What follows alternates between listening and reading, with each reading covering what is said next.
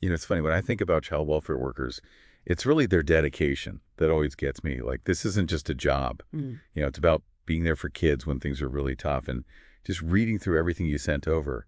I mean, wow, the emotional weight of it all, it really hits you.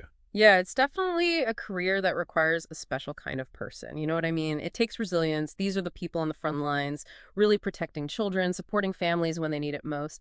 What I found really interesting was the emphasis on technology now. It's almost like a behind the scenes change in how things are done, you know? Right. And it's not just about having a big heart. It's got to be about keeping up with how things are done, right? Like what's actually involved. Yeah. The career guide talks about early intervention, being there for children and families, doing home visits, being a voice for those kids, and even finding foster homes when it comes to that. And to do all of that well, you have to really understand not just what's going on in that moment with the family, but the whole picture, you know? You need to understand how kids develop, how families work. It's almost like detective work in a way, observing and trying to understand some really complex situations to make the right call. Yeah, and it's got to be hard. The guide doesn't sugarcoat it either. Dealing with child abuse, all the red tape, Yeah. that's got to be rough. Yeah. But they also talk about how deeply fulfilling it is, Mm. which I think says a lot about the people who choose this. It's definitely that empathy that makes it so tough, but also so rewarding. But it's also interesting to see how technology is changing things. Like, imagine having AI that can help manage cases and even predict potential risks for these workers, helping them step in sooner. Wow, it's kind of sci-fi. Yeah. But also amazing, like having an extra set of eyes to catch things early on. Yeah. And speaking of the future, it sounds like if you're thinking about this kind of work, the job outlook is really good, Mm. right? Like people are going to need more and more people who can do this. Yeah. Exactly. And it makes sense when you think about it. We're understanding more and more about early childhood development and how important those early years are. It's clear that early help is crucial, and that's where these professionals come in. So you're not just helping kids now, but shaping how things are done for years to come, right? Now, we've talked about some of the challenges, but there's got to be another side. Helping kids in need, Hmm. being their advocate, making a real difference. Those are some pretty big positives. Absolutely. Those are the things that draw a lot of people to this line of work. But anyone thinking about it really needs to understand the downsides too. The long hours, the emotional toll it takes, the bureaucracy. You have to be pretty dedicated to deal with all of that. It's about finding that balance, right? Holding on to those positives, but Yeah. also being real about what it takes. Something I was curious about, the guide mentions specialization, but it doesn't really go into it. Mm. What are some of the ways child welfare workers kind of focus their expertise? It's a great question, and it shows that this isn't a one-size-fits-all kind of career. You could specialize in adoptions, foster care, or even focus on changing policies. Some people become experts in preventing child abuse, while others work in the courts, fighting for kids' rights. Each path needs different skills and knowledge. It's like this whole interconnected system, right? All these different people with different expertise, but working towards the same goal of making sure kids are safe and well. But that's got to be a lot to take in, especially when you're just starting out and trying to figure out where you fit in. It definitely can be overwhelming. That's where taking a hard look at yourself and doing your research is important. Think about what you're good at, what's important to you, and then see how those things match up with different jobs in the field. The good news is you don't have to do this alone. There are some great organizations out there like the National Association of Social Workers. They can really help. It's about finding your passion within this whole bigger idea of helping kids and families. One thing I thought was interesting, the guide lists a bunch of different degrees you can have to do this work. I mean, you've got psychology, sociology, child development, even law. It's pretty cool how it pulls from all these different areas. And it makes sense when you think about the skills they need. Active listening, really thinking things through, being able to negotiate. Those are things you learn in all sorts of different fields. You use all that knowledge to handle these complex situations they face, you know. Right. Like each of those degrees gives you a different skill set, like you're building this toolkit to use in the field. And speaking of toolkits, there's this whole section in the guide on functions and core abilities. And it really drives home that this job is about way more than just caring about kids. You definitely need to care, but it's how you put that caring into action. Imagine trying to help a family in crisis without those core skills. Like being able to really listen, understand social cues, and think critically. Those are essential. Totally. And it's not just about doing the work, it's about getting the job in the first place, right? Yeah. Like in those interview questions we talked about earlier.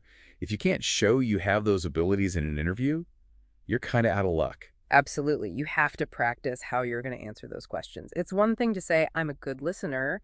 It's another to show it in a real life example. That's what makes you stand out. Speaking of standing out, I wanted to loop back to RoleCatcher for a sec. They have this cool feature where their system analyzes job descriptions, which seems super helpful these days. It's like a cheat code for those applicant tracking systems, or ATS. Now, for those who don't know what that is, basically it's like a robot recruiter that scans your resume for keywords and skills, looking for a match for the job. What's neat about RoleCatcher is that its AI compares your resume to specific job ads and gives you suggestions to up your chances of getting an interview. Like having your own career coach in your back pocket. Okay, so we've talked a lot about getting hired, but what about actually building a career in child welfare? The guide actually has some interesting stuff on that. You don't just stay a child welfare worker forever, Oh, right? no, definitely not a dead end job. There are tons of ways to move up, leadership roles, specialized areas. You could become a supervisor, run a whole program, even switch to working on policy. Which makes sense as you get more experience on the ground building those relationships with families and communities. You naturally start seeing the bigger picture and how you can make the whole system work better. Exactly. And with that real world experience, learning more is so important. The guide stresses that throughout going for higher degrees, getting certified, attending workshops, it all helps you grow and opens up new possibilities. It sounds like a career where you're always learning and changing, which I like. And, I was really impressed by how the guide lays out those different stages of a career with specific examples for entry-level, junior, intermediate, even senior child welfare workers. It's like a roadmap showing you how your responsibilities change as you gain experience. Someone just starting out might be doing a lot of home visits and helping with those intervention plans, while someone more senior might be developing big picture strategies or giving expert testimony in court. That's quite a journey. It really shows just how many different things this work involves. And speaking of which, there's this whole part in the guide about alternative titles for this job, which I thought was interesting. Right. You see titles like family support worker, residential childcare worker, even crisis helpline operator. It just goes to show how diverse this field really is, even though it all falls under that umbrella of child welfare. Like a whole network of people all working toward that same goal, but from different angles. But with all these different titles and specializations, it makes you wonder, how do you figure out where you fit in best? That's where knowing yourself and doing your homework comes in. The guide's knowledge and learning section really highlights how important it is to stay on top of what's happening in the field, like best practices and new research. So it's about finding that thing you're passionate about within that bigger mission of helping kids. And don't forget, resources like RoleCatcher are there to help you sort through all the choices. You don't have to figure this out alone. For sure. They've got those awesome career guides and skill guides, which can be lifesavers. It's all about taking advantage of what's out there to make smart choices about your career path. And if you're feeling totally lost, there are groups like the National Association of Social Workers who are there to help and give advice. It really is about reaching out and finding that support system. But I have to admit, with all this talk about AI and making applications better, it kind of makes you wonder, are we going to lose that personal touch in child welfare? It feels like such human work. It's a good point. We're talking about a field where you need so much empathy, that ability to understand what someone's going through. Can technology really replace that human connection? Especially when you're trying to build trust with kids and families who are going through a lot. That's what I'm getting at, right? It's not just about filling out forms. It's about being there for them, listening to their needs, offering support when things are falling apart. That takes a special kind of sensitivity, and I don't know if any computer program can really do that. And the guide kind of touches on that when it talks about the emotional toll of this work. Tech can help you manage everything, make things more efficient, but it can't really replace that human element, that ability to read between the lines or just be a calming presence. Remember those core skills we talked about? Active listening, understanding social cues. Those are things robots can't do, at least not yet. Totally. It's good to be reminded that technology should be helping us do this work, not trying to do the work for us. As we think about what's next for this field, it's about finding that balance, right? Absolutely. Let's use technology to do things better, to reach more people, but we can't lose sight of the human side of it all.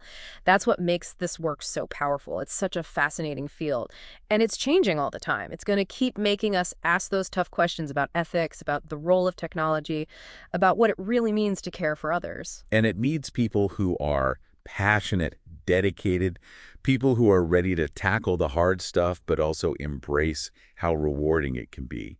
So Yeah. for anyone listening who's thinking about child welfare as a career, what's the one thing you hope they take away from all of this? I'd say this. If you really want to make a difference in the lives of children and families, and you're ready to face those challenges head on while remembering how much good you can do, then child welfare might just be the path for you. Well said. And don't forget, resources like RoleCatcher can give you the tools and info you need to get started and build your career. Thanks for joining us on this deep dive, everyone. Until next time, keep learning, keep asking those important questions, and we'll see you on the next deep dive.